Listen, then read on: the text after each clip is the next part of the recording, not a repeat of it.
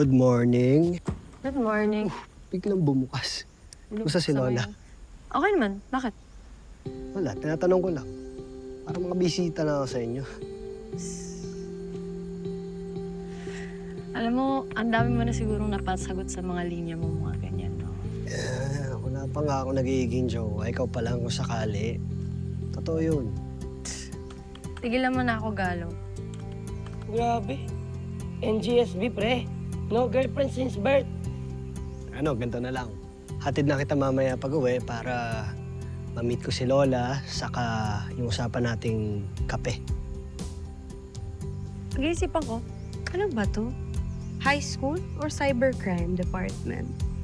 Ayan mo na yung mga lovebirds. Ewan.